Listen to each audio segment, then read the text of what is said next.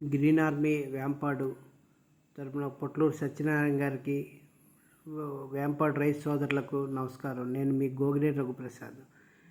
ఈరోజు పొట్లూరు సత్యనారాయణ గారు ఈ ఎండోమెంట్ డిపార్ట్మెంట్ రాకముందు ఈ భూముల్ని ఎవరు, ఈ గ్రామాన్ని ఎవరు మెయింటైన్ చేశారు ఏంటి అని ఒక ప్రశ్న అడిగారు.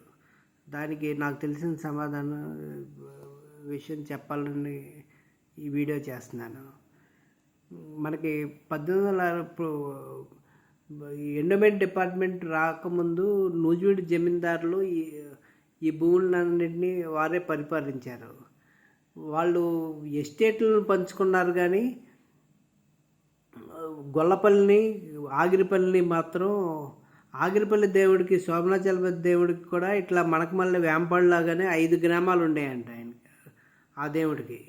ఆ 5 గ్రామాలని కోసమని చెప్పి ఆ దేవుడిని, ఆగిరిపల్లిని, మన గొల్లపల్లిని వాళ్ళే ఉమ్మడిగా ఉంచుకున్నారంట అందరూ. అప్పుడు పరిస్థితులు ఏంటంటే 1924 నాటికి ఇప్పుడు వీళ్ళు పంచుకుని అందరూ ఉమ్మడిగా ఉంచుకున్నారు కదా. సంవత్సరానికి ఒక జమీందారు కాడికి ఏలుకుంటూ వచ్చేవారంట ప్రతి వాళ్ళు. వీళ్ళకి మెయిన్ ఉద్దేశం ఏం లేదు. ఈ దేవుడు తరపున దాగిన ఈ గ్రామాలు ఉన్నాయి కదా, ఆగిరిపల్లి దేవుడి కింద ఒక 5 గ్రామాలు, గొల్లపల్లి దేవుడి కింద ఒక గ్రామం, వీటి మీద ఆదాయాలని సమానంగా పంచుకోవడానికి వాళ్ళు ఒక రాజీ ఒడంబడిక చేసుకుని పరిపాలించేవారంట. అట్లాంటిది 1924లో ఎవరు, ఈ నండూరి శోభనాథ్ చలపతి అనే ఆయన ఎవరో గొప్పవాడే ఆ రోజుల్లో. జమీందారులకే 1924లోనే ఓఎస్ నెంబర్ 41/24 అని ఒక దావా వేసి గెలిచాడు ఆయన. అప్పుడు వీళ్ళందరూ పోరాడింది ఎవరు, నండూరి పూర్ణ రామచంద్ర వరప్రసాద్ అంట రావు, అట్లాగే నండూరి శోభనాథ్ చలపతి, ఈయనదే మెయిన్. గోగినేని వెంకట నరసింహరాయలు అంటే ఈయన మున్సబు గారు. ఈయన మన భద్రాద్రి గారికి బాబాయిలు అట్లా అవుతారు. ఈయన పొట్లూరి బ్రహ్మయ్య, ఈయన మరి ఎవరి తాలూకాను. మేక వెంకటాద్రి అప్పారావు బహదూర్ జమీందారు గారు, వెంకట రామయ్య అప్పారావు బహదూర్ జమీందారు గారు, ఇట్లా మొత్తం ఈ జమీందారులందరూ అప్పటికి యాక్టింగ్లో ఉన్నారు. వీళ్ళందరి మీద పోరాడి ఇది ఎండోమెంట్ డిపార్ట్మెంట్కి 38కి అట్లా వచ్చేపాటికి ఈ తీర్పులో జమీందారులు వంశపారంపర్య ధర్మకర్తలుగా ఉంచుతూ వీళ్ళ మేనేజ్మెంట్ని తప్పించాడు ఈయన, ఈ సోమనాథ్ అప్పారావు అని ఆయన. ఈయనే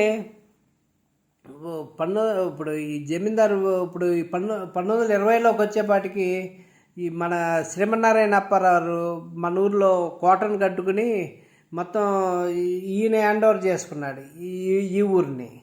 అట్లా ఈ భూముల వ్యవహారాలు కూడా ఈయన కిందకు వచ్చినాయి అంట 1920 నుంచి. ఇప్పుడు అందుకని చెప్పి ఇప్పుడు ఈయనే ఎండోమెంట్ డిపార్ట్మెంట్కి హ్యాండ్ ఓవర్ చేశాడు. ఈయనే 1935 సంవత్సరంలో ఎస్టేట్ సిరి పట్టాలని 1,002.5 ఎకరాలని 3 వ్యక్తులకు అమ్మాడు ఈ శ్రీమన్నారాయణ అప్పారావు గారు. అక్కడి నుంచి ఇది సమస్య మొదలైంది. జమీందారు మేక శ్రీమన్నారాయణ అప్పారావు 1,002.5 ఎకరాలను అమ్మేశారనుకున్నాం కదా. దీని మీద ఈ నండూరు శోభనాథ్ చలపతి అనే ఆయన, గోగినేని రామకృష్ణయ్య గారు అంటే భద్రాద్రి గారి తండ్రి, చలసాని వెంకట్రామయ్య గారు అంటే ఈ చలసాని గోపాలం గారి తండ్రి, ఈయన పర్వతనేని పర్వతాలు, ఈయనది కొత్తపల్లి అంట, సూర్రెడ్డి పరందామయ్య మరి ఈయనదే ఊరు. వీళ్ళందరూ కలిసి ఇప్పుడు వీళ్ళందరి మీద పోరాడారు. ఈ జమీందారు మీద ఆ కొనుక్కున్న వాళ్ళు ఉన్నారు ఇందులో. గద్దె శశిరేఖమ్మ గారు అంటే మన కొత్తపల్లి మున్సబు గారి భార్య.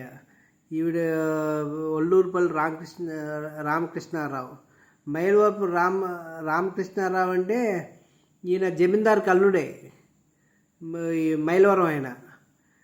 వల్లూరుపల్లి రామకృష్ణారావు అంటే ఈయన గుడివాడంటే ఈయనది. ఆ రోజుల్లో ఇక్కడికి వచ్చి 102.5 ఎకరాలు కొనుక్కున్నాడు ఈయన. అట్లా మొత్తం ఈ ఒక 500 ఎకరాలు ఒకళ్ళు, 500 ఎకరాలు ఒకళ్ళు, 400 ఎకరాలు అనుకుంటా శశిరేఖమ్మ గారిది. ఇప్పుడు ఈ వల్లూరుపల్లి రామకృష్ణయ్య గారిది 102.5 ఎకరాలు. ఇట్లా కొనుక్కుంటే మొత్తం వీళ్ళందరి మీద పోరాడి ఇది